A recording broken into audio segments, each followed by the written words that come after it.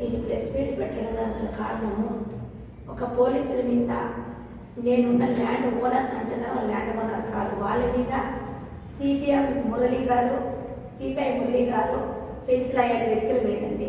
ఇన్ని రోజులు నేను ల్యాండ్ ఓనర్ దగ్గర నాకు సమస్య అనుకున్నాను, ఒక వాళ్ళు ఏమంటారు అలంచర్లు అనుకున్నాను. కాదండి ఇప్పుడు పోలీసులు ఇంతగా నా మీద ఎంత టార్గెట్ చేస్తున్నారో నాకు అర్థం కావట్లేదు. నాకు జరిగిన గత ముందు నెల 18వ తారీఖున నాకైతే ఏమైతే అన్యాయం జరిగిందో, నా ప్రాపర్టీ ఎంత చూడండి ధ్వంసం చేశారు అన్న దీనిపైన ఒక ఎఫ్ఐఆర్ ఫైల్ చేశారండి 18వ తారీఖున. ఆ ఎఫ్ఐఆర్ ఫైల్ చేశారు కానీ ఇంతవరకు దాని గురించి ఏమీ జరగట్లేదండి. ఇది ఇలా ఉండగా నా పని నన్ను చేసుకోమని చెప్పారు పోలీసులు. నేను చేసుకుంటూ పలుమార్లు వచ్చిన వస్తువులు ఎత్తుకెళ్తూ ఉన్న వస్తువులు 50 లక్షల ప్రాపర్టీ వెళ్ళిపోయింది.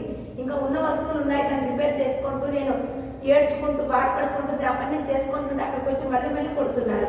ఆ విషయం ఈ నెల 16వ తారీఖు కంప్లైంట్ చేశాను, దాన్ని కూడా స్పందించలేదండి. పోలీసులు ఎందుకు ఇంత నిర్లక్ష్యం వహిస్తున్నారనేసి నా బాధతో నేను హైకోర్టు కూడా వెళ్ళానండి.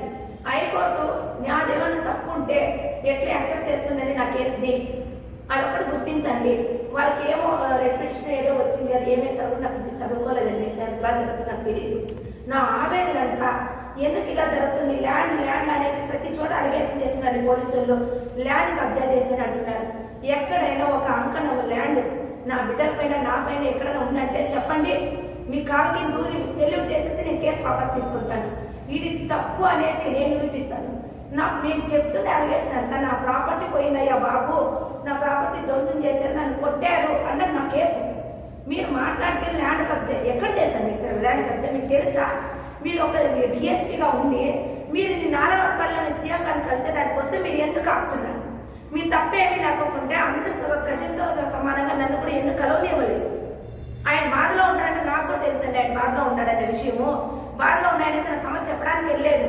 నేను ఆయన చూసి పలానా రోజు మిమ్మల్ని కలవచ్చని అడగదామని వెళ్ళాను. మీరేమన్నా టెర్రరిస్ట్ మాదిరిగా సీఎం గారికి కాపలా కాసం వదిలేసి నన్ను కాపలా కాసండి అంతా మీరు. నేను కలవాలని వెళ్తే ఎందుకు అడ్డుపడుతున్నారు అంటే మీ గురించి నేను అక్కడ ఏదైనా చెప్తానని మీ భయం.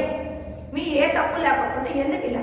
ఇప్పుడు నన్ను అడుగుతున్నాను, మీరు ఒక అధికారి ఒక కేసు వచ్చినప్పుడు ఇద్దరికి న్యాయం చేయండి పిలిపించి. ఇంతవరకు వాళ్ళని కానీ పిలిపించి మీరు ఎక్కడైనా మాట్లాడినట్టుగా ఉందా? ఈ కేసులో మీరు ఇన్వాల్వ్ అయ్యి ఇది ఉన్నట్టుంది. సివిల్ మ్యాటర్ అంటారు, సివిల్ మ్యాటర్లో మీకు ఎందుకు వస్తున్నారు? కబ్జా చేశారనే మాట మీకు ఎట్లా వస్తుంది? ఆడల్ని తప్పుడు మాటలు మీరు ఎలా మాట్లాడుతున్నారు? మేము కబ్జా చేసినామని అంత బహిరంగంగా మమ్మల్ని అన్నారు కదా, అన్నది మీ దగ్గర ఏమైనా ప్రూఫ్ ఉందా? ఎందుకు అంత కోపం వస్తుంది మీకు? మాకు చూపించండి, కబ్జా చేస్తున్నారు.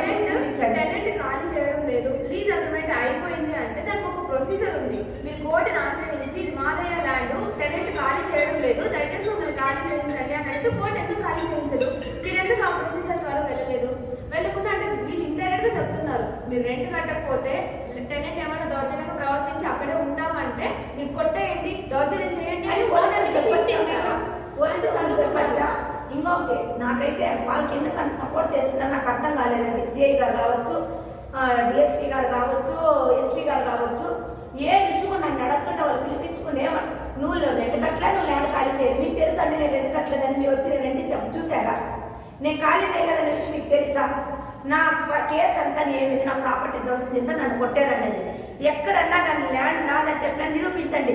మీ ఎంఆర్పల్లి పోలీస్ స్టేషన్లో ల్యాండ్ నాది కాదు, అట్లనే ఫలానా రాజేశ్వరరావు గారిని కూడా కాదు. 5 మంది వచ్చి నన్ను అడుగుతున్నారు.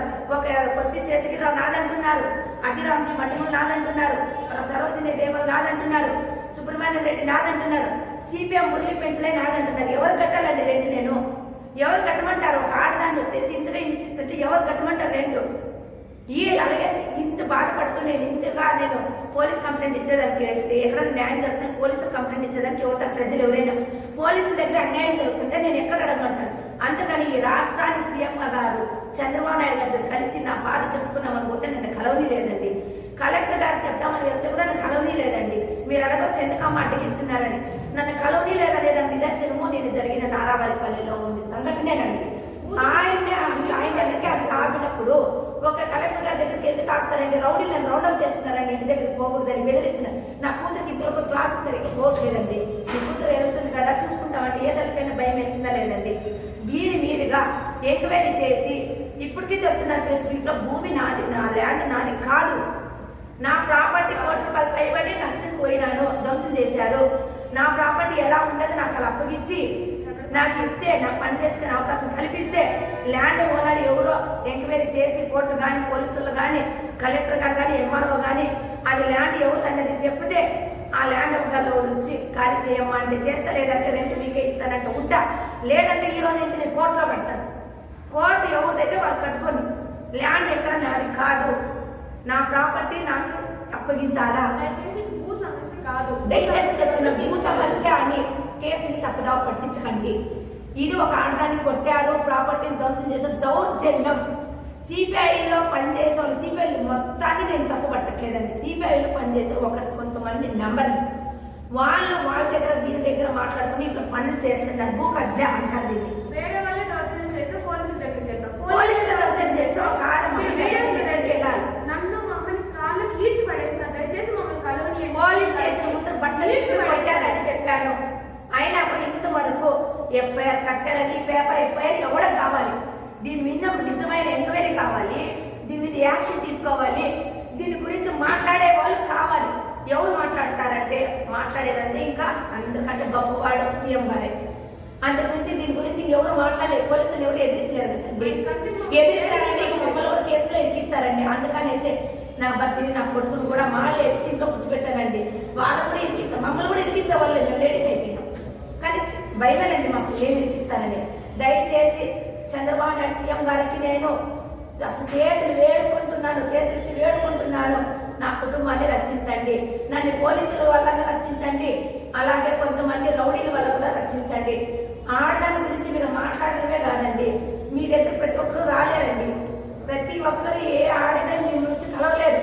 అందుకని ఇంకా కొంచెం శ్రద్ధ పెట్టి దీని గురించి మీరు ఎంక్వైరీ చేసి నా తప్పే